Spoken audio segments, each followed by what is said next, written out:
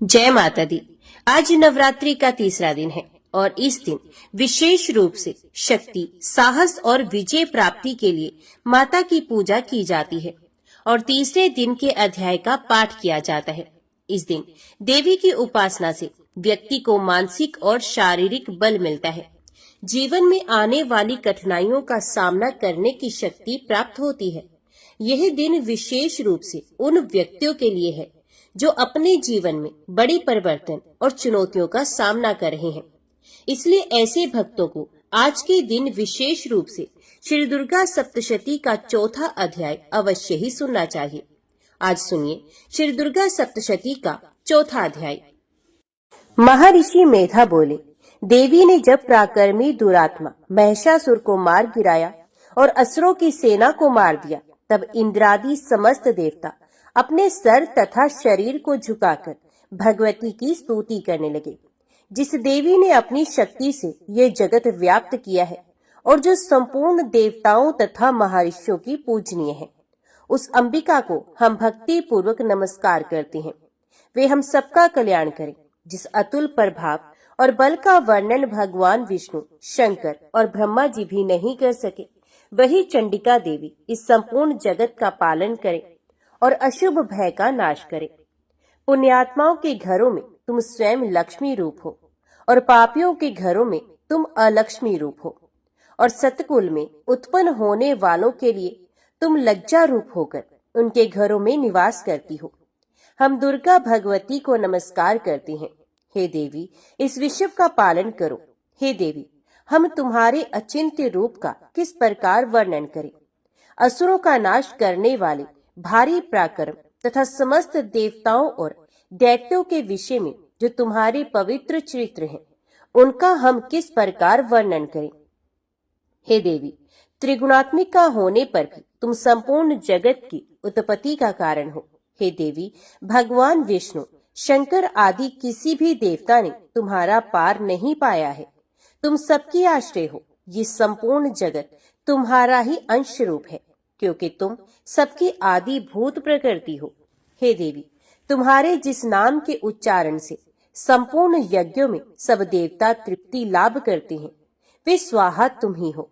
इसके अतिरिक्त तुम पितरों की तृप्ति का कारण हो, इसलिए सब आपको स्वधा कहते हैं। हे देवी, वह विद्या जो मोक्ष को देने वाली है, जो अचिंत्य महाज्ञान स्वरूपा है, तत्वों के सार को वश में करने वाले, संपूर्ण दोषों को दूर करने वाले, मोक्ष की इच्छा वाले मुनिजन जिसका अभ्यास करते हैं, वे तुम ही हो। तुम वाणी रूप हो और दोष रहित ऋग तथा यजुर्वेदों की एवं उद्गीत और सुंदर पदों के पाठ वाले सामवेद की आश्रय रूप हो। तुम भगवती हो। इस विश्व की उत्पत्ति एवं पालन के लिए तुम वार्ता के रूप में प्रकट हुई हो और तुम संपूर्ण संसार की पीड़ा हरने वाली हो। हे देवी, जिससे सारे शास्त्रों का जाना जाता है, वे मेधा शक्ति भी तुम ही हो और दुर्गम भवसागर से पार करने वाली नौका भी तुम ही हो।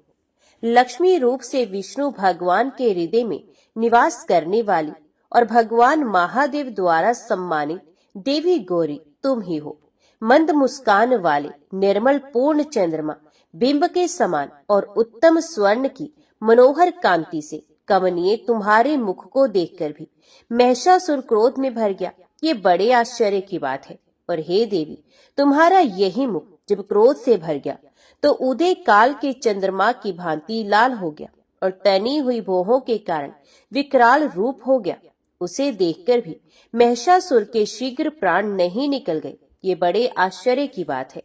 आपके कुपित मुख के दर्शन करके भला कौन जीवित रह सकता है। हे देवी, तुम हमारे कल्याण के लिए प्रसन्न हो। आपके प्रसन्न होने से इस जगत का अभय उदय होता है और जब आप क्रुद्ध हो जाती हो तो कितने ही कुलों का सर्वनाश हो जाता है। ये हमने अभी अभी जाना है कि जब तुमने महिषासुर की बहुत बड़ी सेना को देखते देखते मार दिया है। हे देवी, सदा अभय उदय प्रताप देने वाली तुम जिस पर प्रसन्न हो जाती हो, वही देश में सम्मानित होते हैं और उनके धन यश की वृद्धि होती है। उनका धर्म कभी शिथिल नहीं होता है और उनके यहाँ अधिक पुत्र पुत्रियां और नौकर होते हैं। हे देवी, तुम्हारी कृपा से ही धर्मात्मा पुरुष प्रतिदिन श्रद्धा पूर्वक यज्ञ करता है और धर्म अनुकूल आचरण करता है और उसके प्रभाव से स्वर्गलोक में जाता है, क्योंकि तुम तीनों लोकों में मनोवांछित फल देने वाली हो। हे माँ दुर्गे, तुम स्मरण करने पर संपूर्ण जीवों के भय नष्ट कर देती हो और स्थिर चित्त वालों के द्वारा चिंतन करने पर उन्हें और अत्यंत मंगल देती हो। हे दारिद्र्य दुख नाशिनी देवी, तुम्हारे सिवा दूसरा कौन है? तुम्हारा चित्त सदा दूसरों के उपकार में लगा रहता है। हे देवी, तुम शत्रुओं को इसलिए मारती हो कि उनके मारने से दूसरों को सुख मिलता है। वे चाहे नरक में जाने के लिए चिरकाल तक पाप करते रहे हो, किंतु तुम्हारे साथ युद्ध करके सीधे स्वर्ग को जाए, इसलिए तुम उनका वध करती हो। हे देवी, क्या तुम दृष्टिपात मात्र से समस्त असुरों को भस्म नहीं कर सकती? अवश्य ही कर सकती हो, किंतु तुम्हारा शत्रुओं को शस्त्रों के द्वारा मारना इसलिए है कि शस्त्रों के द्वारा मरकर भी स्वर्ग को जाए। इस तरह से हे देवी, उन शत्रुओं के प्रति भी तुम्हारा विचार उत्तम है। हे देवी, तुम्हारे उग्र खड़ग की चमक से और त्रिशूल की नोक की कांति की किरणों से असुरों की आंखें फूट नहीं गई। उसका कारण ये था कि वे किरणों से शोभायमान तुम्हारे चंद्रमा के समान आनंद प्रदान करने वाले सुंदर मुख को देख रहे थे। हे देवी, तुम्हारा शील बुरे वृत्तांत को दूर करने वाला है और सबसे अधिक तुम्हारा रूप है, जो ना तो कभी चिंतन में आ सकता है और ना जिसकी दूसरे से कभी तुलना ही हो सकती है। तुम्हारा बल व पराक्रम शत्रु का नाश करने वाला है। इस तरह तुमने शत्रु पर भी दया प्रकट की है। हे देवी, तुम्हारे बल की किसके साथ बराबरी की जा सकती है तथा शत्रु को भय देने वाला इतना सुंदर रूप भी और किसका है? हृदय में कृपा और युद्ध में निष्ठुरता, ये दोनों बातें तीनों लोकों में केवल तुम्ही में देखने में आई हैं। हे माता, युद्ध भूमि में शत्रुओं को मारकर तुमने उन्हें स्वर्गलोक में पहुंचाया है। इस तरह तीनों लोकों की तुमने रक्षा की है तथा उन उन्मत्त असुरों से जो हमें भय था उसको भी तुमने दूर किया है। तुमको हमारा नमस्कार है। हे देवी, तुम शूल तथा खड़ग से हमारी रक्षा करो तथा घंटे की ध्वनि और धनुष की टंकार से भी हमारी रक्षा करो। हे चंडिके, आप अपने शूल को घुमाकर पूर्व पश्चिम उत्तर तथा दक्षिण दिशा में हमारी रक्षा करो। तीनों लोकों में जो तुम्हारे सौम्य रूप है तथा घोर रूप है, उनसे हमारी रक्षा करो तथा इस पृथ्वी की रक्षा करो। हे अंबिके, आपके कर पल्लवों में जो खड़ग शूल और गदा आदि शस्त्र शोभा पा रहे हैं, उनसे हमारी रक्षा करो। महर्षि बोले कि इस प्रकार जब सब देवताओं ने जगत माता भगवती की स्तुति की और नंदन वन के पुष्पों तथा गंध अनुलेपों द्वारा उनका पूजन किया और फिर सबने मिलकर जब सुगंधित व दिव्य धूपों द्वारा उनको सुगंधित निवेदन की, तब देवी ने प्रसन्न होकर कहा, हे देवताओं, तुम सब मुझसे मनोवांछित वर मांगो। देवता बोले, हे भगवती, तुमने हमारा सब कुछ कार्य कर दिया, अब हमारे लिए कुछ भी मांगना बाकी नहीं रहा, क्योंकि तुमने हमारे शत्रु महिषासुर को मार डाला है। हे महेश्वरी, तुम इस पर भी यदि हमें कोई वर देना चाहती हो तो बस इतना वर दो कि जब जब हम आपका स्मरण करें तब तब आप हमारी विपत्तियों को हरण करने के लिए हमें दर्शन दिया करें। हे अंबिके, जो कोई भी तुम्हारी स्तुति करे तुम उनको वित्त समृद्धि और वैभव देने के साथ ही उनके धन और स्त्री आदि संपत्ति बढ़ावे और सदा हम पर प्रसन्न रहे। महर्षि बोले, हे राजन, देवताओं ने जब जगत के लिए तथा अपने लिए इस प्रकार प्रश्न किया तो बस तथास्तु कहकर देवी अंतर्ध्यान हो गई। हे भूप, इस प्रकार तीनों लोगों का हित चाहने वाली ये भगवती देवताओं के शरीर से उत्पन्न हुई थी।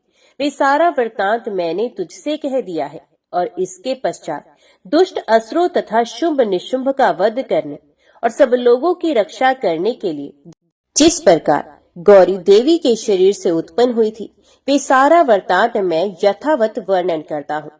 जय माँ भगवती, जय माँ दुर्गा। जो मनुष्य निष्कपट भक्ति एवं शुद्ध हृदय से भगवान के इस विख्यात तथा कलंक नाशक चित्र का पाठ एवं श्रवण करता है, वे पूर्ण सुखी हो जाता है। जगत में उसकी सभी कामनाएं पूर्ण हो जाती हैं तथा मृत्यु के अनंतर वे मोक्ष पद प्राप्त करता है। हे मुनिवरों, अब आप लोग एक अन्य इतिहास सुनिए। जिसमें इस देवी भागवत के महात्म्य का वर्णन किया गया है। एक बार कुंभ योनि लोपामुद्रापति महर्षि अगस्त्य ने कुमार कार्तिकेय के पास जाकर उनकी भली भांति पूजा करके उनसे विविध प्रकार की बातें पूछी। भगवान कार्तिकेय ने दान, तीर्थ, व्रत आदि के महात्म्य से परिपूर्ण अनेक कथाओं का वर्णन उनसे किया। उन्होंने वाराणसी, मणिकर्णिका, गंगा तथा अनेक तीर्थों के महात्म्य का अत्यंत विस्तार पूर्वक वर्णन किया। उसे सुनकर अगस्त्य मुनि परम प्रसन्न हुए और उन्होंने महातेज संपन्न कुमार कार्तिकेय से लोक कल्याण के लिए पुनः पूछा। अगस्त्य जी बोले, हे तार्क रिपु, हे भगवान, हे प्रभु, आप मुझे देवी भागवत के महात्म्य तथा उसके श्रवण की विधि भी बताएं। श्रीमद् देवी भागवत नामक पुराण सभी पुराणों में अति श्रेष्ठ है, जिसमें तीनों लोकों की जननी साक्षात सनातनी भगवती की महिमा गाई गई है। कार्तिकेय बोले, हे ब्राह्मण, श्रीमद् देवी भागवत के महात्म्य को विस्तार पूर्वक कहने में कौन समर्थ है? मैं इस समय संक्षेप में इसे कहूंगा, आप सुनिए। जो शाश्वती सच्चिदानंद स्वरूपा भोग तथा मोक्ष प्रदान करने वाली जगदम्बा है, वे स्वयं इस पुराण में विराजमान रहती हैं। अतएव हे मुने, ये श्रीमद् देवी भागवत उन जगदम्बिका की वांग्मय मूर्ति है, जिसके पठन एवं श्रवण से इस लोक में कुछ भी दुर्लभ नहीं है। विवस्वान के एक पुत्र हुए, जो श्राद्ध देव नाम से प्रसिद्ध थे। संतान रहित होने के कारण उन राजा श्राद्ध देव ने वशिष्ठ मुनि की अनुमति से पुत्रेष्टि यज्ञ किया।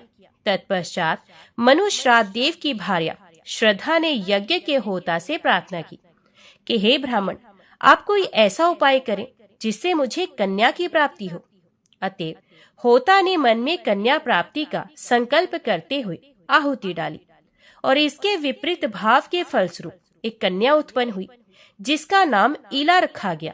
इसके बाद पुत्री को देखकर उदास मन वाले राजा श्राद्ध देव ने गुरु वशिष्ठ से कहा, हे प्रभु, पुत्र प्राप्ति के आपके संकल्प के विपरीत ये कन्या कैसे उत्पन्न हो गई? ये सुनकर महर्षि वशिष्ठ ने ध्यान लगाया। इसमें होता का व्यतिक्रम जानकर वे ईला को पुत्र बनाने की कामना से ईश्वर की शरण में गए। मुनि के तप प्रभाव और भगवान की कृपा से सभी लोगों के देखते देखते ईला कन्या से पुरुष रूप में परिवर्तित हो गई। इसके बाद गुरु वशिष्ठ ने पूर्ण रूप से संस्कार करके उसका नाम सद्युमन रखा। वे मनु पुत्र सद्युमन सभी नदियों में निधानभूत सागर की भांति सभी विद्याओं के निधान हो गए। कुछ समय बीतने पर सद्युमन युवा हुए और एक दिन सिंधु देशीय घोड़े पर चढ़कर वे आखेट के लिए वन में चले गए। अपने सहचरों के साथ वे कुमार सद्युमन एक वन से दूसरे वन में जाते हुए भटकते रहे और फिर संयोग से वे हिमालय की तलहटी के उस वन में पहुंच गए, जहां किसी समय देवादिदेव भगवान शंकर अपनी भार्या अपर्णा के साथ आनंदपूर्ण मुद्रा में रमण कर रहे थे। उसी समय भगवान शंकर के दर्शन की अभिलाषा से मुनिगण वहां आ गए और उन्हें देखकर पार्वती जी लज्जित हो गई। तब शिव एवं पार्वती को रमण करते देखकर उत्तम व्रत धारण करने वाले वे मुनिगण वहां से लौटकर वैकुंठ धाम की ओर चल दिए। तदंतर अपनी प्रियतमा को प्रसन्न करने के लिए भगवान ने उस अरण्य को शाप दे दिया कि आज से जो भी पुरुष यहाँ प्रवेश करेगा वे स्त्री हो जाएगा।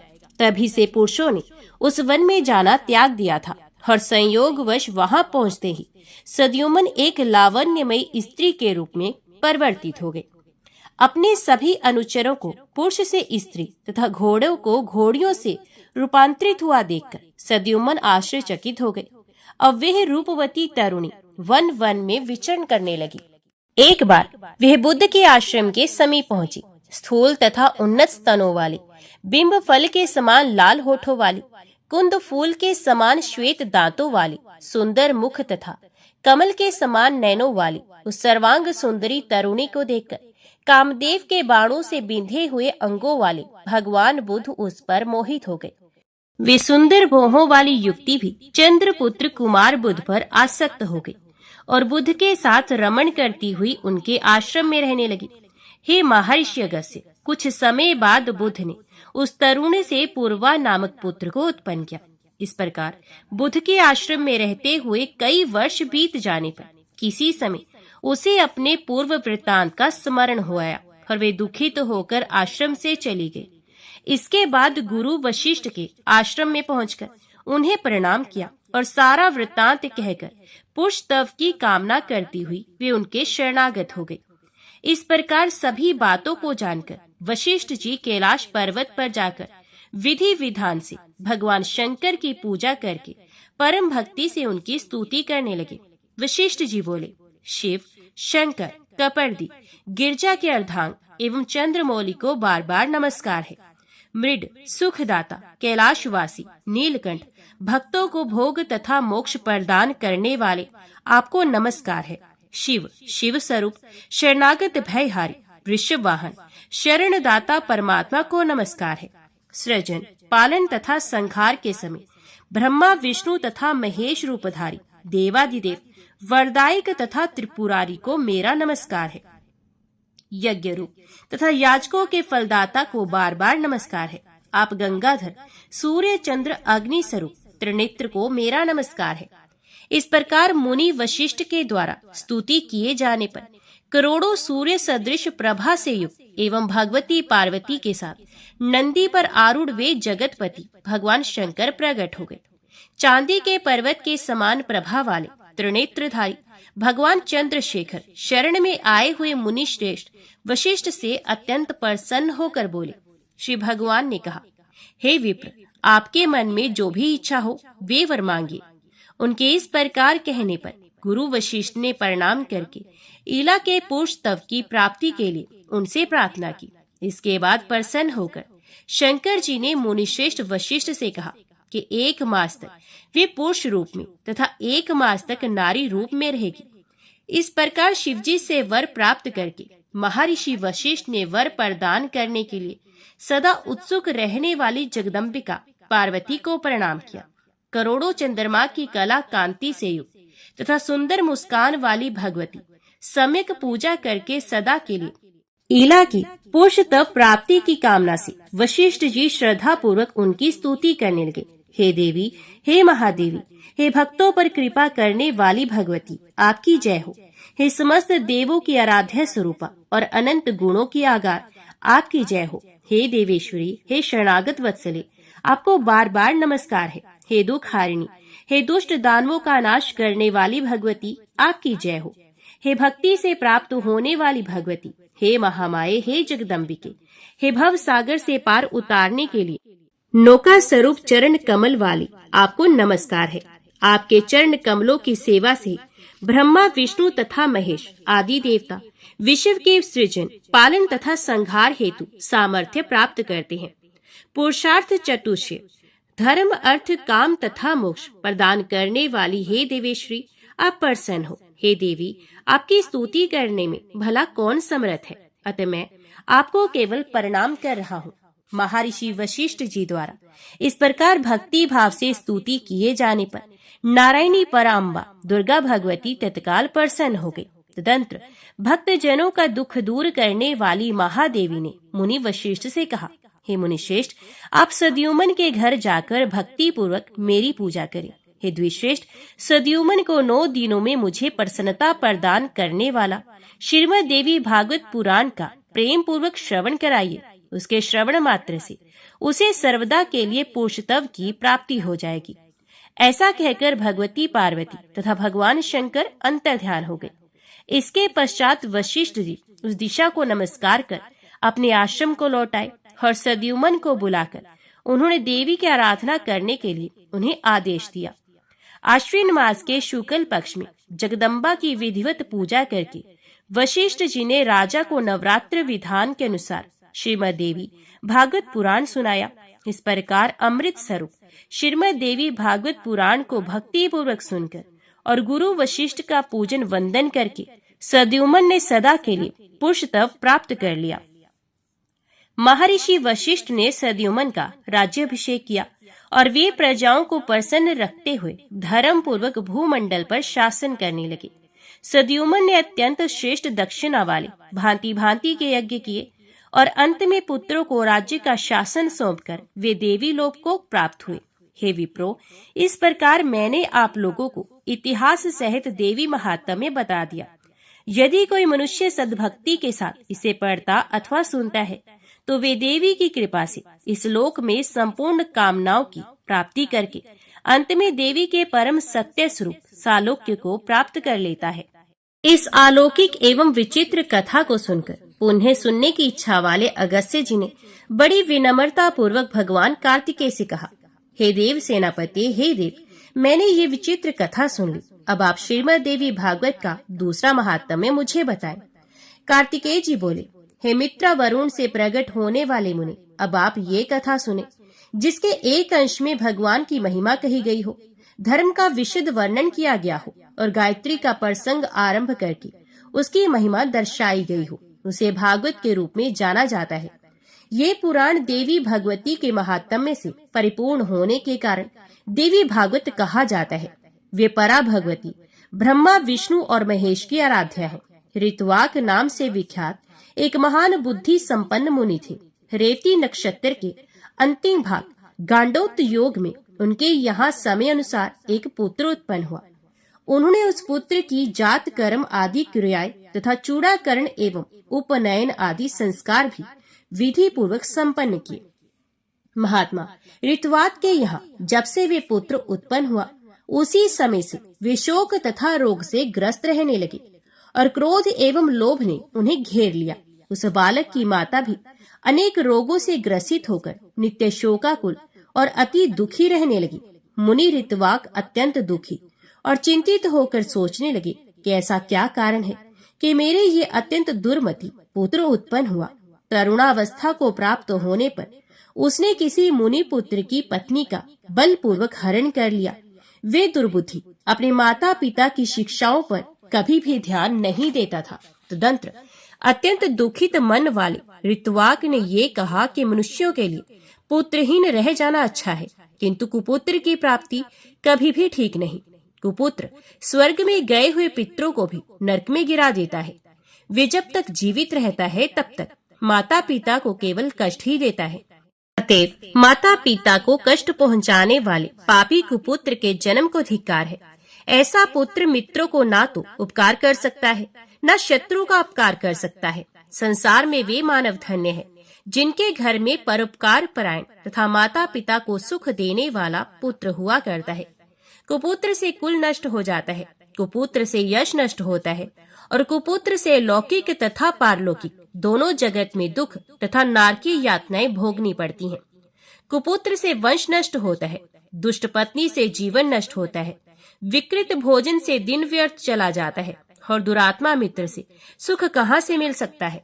कार्तिकेय जी बोले, हे अगस्त्य जी, अपने दुष्ट पुत्र के दुराचरणों से निरंतर संतप्त रहते हुए मुनि ऋतवाक ने किसी दिन गर्ग ऋषि के पास जाकर पूछा, हे भगवान, हे ज्योतिष शास्त्र के आचार्य, मैं आपसे अपने पुत्र की दुष्शीलता का कारण पूछना चाहता हूँ। हे प्रभु, आप उसे बताएं।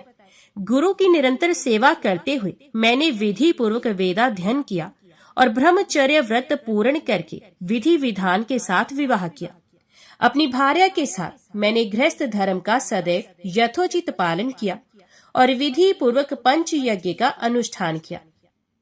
हे विप्र, नरक प्राप्ति के भय से बचने के लिए पुत्र प्राप्त करने की कामना से मैंने विधिवत गर्भाधान किया, न कि वासनात्मक सुख प्राप्ति की इच्छा से। हे मुने, दुखदायी माता पिता के प्रति उदंड तथा बंधु बांधवों को पीड़ा पहुंचाने वाला ये पुत्र मेरे दोष से अथवा अपनी माता के दोष से उत्पन्न हुआ। तब ज्योतिष शास्त्र के ज्ञाता गर्गाचार्य ने मुनि ऋतवाक का ये वचन सुनकर सभी कारणों पर सम्यक रूप से विचार करके कहा, हे मुने, इसमें ना तो आपका दोष है, न बालक की माता का, और ना तो कुल का दोष है। रेवती नक्षत्र का अंतिम भाग गंडांत योगी इस बालक की इस अवस्था का कारण है। हे मुने, अशुभ वेला में आपके पुत्र का जन्म हुआ है, इसी कारण ये आपको दुख दे रहा है। इसमें लेश मात्र भी अन्य कोई कारण नहीं। अतः हे ब्राह्मण, इस दुख के शमन के लिए आप प्रयत्न पूर्वक समस्त दुर्गतियों का विनाश करने वाली कल्याणी जगदम्बा दुर्गा की आराधना कीजिए। गर्गाचार्य जी का वचन सुनकर ऋतवाक मुनि क्रोध से मूर्छित हो गए और उन्होंने रेवती को शाप दे दिया कि वे आकाश से नीचे गिर जाए। ऋतुवाक के शाप देते ही चमकता हुआ रेवती नक्षत्र सभी लोगों के देखते देखते आकाश से कुमुद पर्वत पर जा गिरा। वे कुमुद पर्वत रेवती के गिरने के कारण रैवतक नाम से प्रसिद्ध हुआ और उसी समय से वे अत्यंत रमणीक हो गया। रेवती को शाप देकर मुनि ऋतुवाक ने महर्षि गर्ग द्वारा बताए गए विधान के अनुसार देवी भगवती की सम्यक आराधना कर सुख और सौभाग्य प्राप्त किया। हे अगस्त्य जी, उस रेवती नक्षत्र के महान तेज से एक कन्या उत्पन्न हुई जो अनुपम रूपवती होने के कारण लोक में दूसरी लक्ष्मी की भांति प्रतीत हो रही थी। रेवती नक्षत्र की कांति से प्रादुर्भूत उस कन्या को देखकर मुनि परमुच ने प्रसन्न होकर उसका नाम रेवती रखा। तदंतर ब्रह्म ऋषि परमुच उसे अपने आश्रम में ले आए और पुत्री की भांति उसका धर्म पूर्वक पालन पोषण करने लगे। समय पाकर यौवन को प्राप्त उस रूपवती कन्या को देखकर मुनि ने विचार किया कि इस कन्या के योग्य वर कौन होगा। बहुत अन्वेषण के बाद भी जो मुनि को उसके योग्य कोई वर नहीं मिला, तब अग्निशाला में प्रवेश करके अग्निदेव की स्तुति करने लगे। परमुच ऋषि के स्तुति गान से प्रसन्न होकर अग्निदेव ने कन्या के योग्य वर का संकेत करते हुए कहा, हे मुने, इस कन्या के पति धर्मपरायण, बलशाली, वीर, प्रिय भाषण करने वाले और अपराज्य राजा दुर्दम होंगे। तब अग्निदेव के इस वचन को सुनकर मुनि अत्यंत प्रसन्न हुए। संयोग से उसी समय आखेट के बहाने दुर्दम नामक प्रतिभाशाली राजा मुनि परमुच के आश्रम पर आ गए। बलवान तथा अप्रितम ओज से संपन्न वे प्रियव्रत के वंशज राजा दुर्दम विक्रमशील के पुत्र थे और कालिंदी के गर्भ से उत्पन्न हुए थे। मुनि के आश्रम में प्रवेश कर और उन्हें वहां ना देखकर राजा दुर्दम ने रेवती को प्रिय इस शब्द से संबोधित करके पूछा।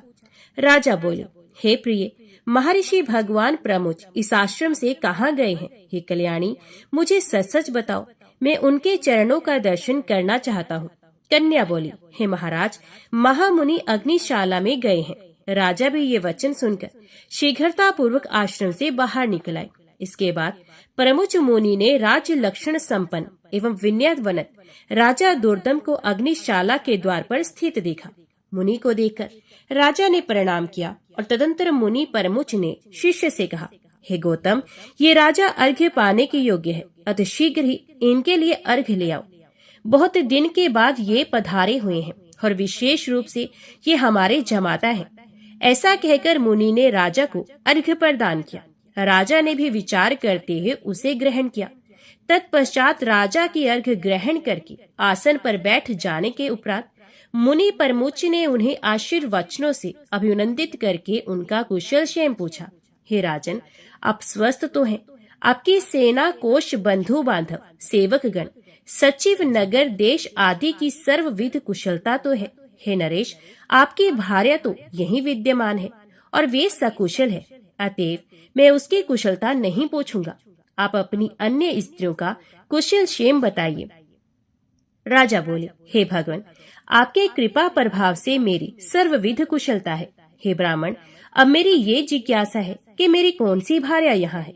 ऋषि बोले, हे पृथ्वीपते, संसार में अप्रतिम लावण्य से संपन्न रेवती नामक आपकी पत्नी यहाँ ही रहती है। क्या आप उसे नहीं जानते? राजा बोले, हे प्रभु, सुभद्रा आदि मेरी पत्नियां तो घर पर हैं। हे भगवान, मैं तो केवल उन्हें ही जानता हूँ, मैं रेवती को नहीं जानता। ऋषि बोले, हे महामते, हे राजन, इसी समय प्रिय के संबोधन से आपने जिससे पूछा था, अपनी उस योग्यतम प्रिया को आपने क्षण भर में ही भुला दिया। राजा बोले, हे मुने, आपने जो कहा वे असत्य नहीं, किंतु मैंने तो सामान्य रूप से ऐसा कह दिया था, इसमें मेरा कोई दूषित भाव नहीं था, अतः आप मेरे ऊपर क्रोध ना करें। ऋषि बोले, हे राजन, आपका भाव दूषित नहीं था, अपितु आपने सत्य ही कहा था। अग्निदेव के द्वारा प्रेरित किए जाने पर ही आपने ऐसा कहा था। इसका पति कौन होगा? ऐसा मेरे द्वारा आज अग्निदेव से पूछे जाने पर उन्होंने कहा था कि इसके पति निश्चित रूप से राजा दुर्दम ही होंगे। हे महीपते, अतः मेरे द्वारा प्रदत्त इस कन्या को आप स्वीकार कीजिए। आप इसे प्रिय ऐसा संबोधित भी कर चुके हैं, अतएव अब शंका रह होकर किसी अन्य विचार में ना पड़े। मुनि का ये वचन सुनकर राजा दुर्दम चिंतित करते हुए चुप हो गए। मुनि उनके वैवाहिक अनुष्ठान की तैयारी में जुट गए। इसके बाद विवाह कार्य के लिए मुनि को तत्पर देखकर रेवती ने कहा, हे तात, आप मेरा विवाह रेवती नक्षत्र में ही संपन्न कराएं। ऋषि बोले, वत्स, विवाह के योग्य अन्य बहुत से नक्षत्र हैं, रेवती नक्षत्र में विवाह कैसे होगा, क्योंकि रेवती तो आकाश में स्थित है ही नहीं। कन्या बोली, रेवती नक्षत्र के अतिरिक्त अन्य कोई भी नक्षत्र मेरे विवाह के लिए उचित नहीं, अतः मैं प्रार्थना करती हूँ कि आप मेरा विवाह रेवती नक्षत्र में ही करें। ऋषि बोले, पूर्व काल में मुनि ऋतुवाक ने रेवती नक्षत्र को पृथ्वी पर गिरा दिया था। इस प्रकार अन्य नक्षत्र में यदि तुम्हारी श्रद्धा नहीं, तब तुम्हारा विवाह कैसे होगा। कन्या बोली, तात, क्या केवल एक ऋतुवाक ने ही तप किया है? क्या आपने मन वचन क्रम से ऐसी तप साधना नहीं की है? हे पिताजी, मैं आपके तपोबल को जानती हूँ। आप जगत की सृष्टि करने में समर्थ हैं, अतः आप अपने तप के प्रभाव से रेवती को पुनः आकाश में स्थापित करके उसी नक्षत्र में मेरा विवाह कीजिए। ऋषि बोले, तुम्हारा कल्याण हो। तुम जैसा मुझसे कह रही हो वैसा ही होगा। तुम्हारे हित के लिए मैं आज ही रेवती नक्षत्र को सोम मार्ग में स्थापित करूंगा। कार्तिकेय जी बोले, हे अगस्त्य जी, ऐसा कहकर मुनि ने अपने तपोबल से शीघ्र ही पूर्व की भांति रेवती नक्षत्र को फिर से नक्षत्र मंडल में स्थापित कर दिया। तदंतर मुनि परमोच ने रेवती नक्षत्र में वैवाहिक विधि के अनुसार महात्मा राजा दुर्दम को वह रेवती कन्या सौंप दी।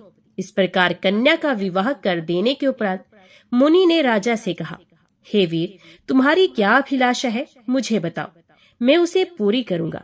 राजा बोले, हे मुने, मैं स्वयंभू मनु के वंश में उत्पन्न हुआ हूँ, अतः मैं यही कामना करता हूँ कि आपकी कृपा से मुझे मनवंतर अधिपति पुत्र की प्राप्ति हो।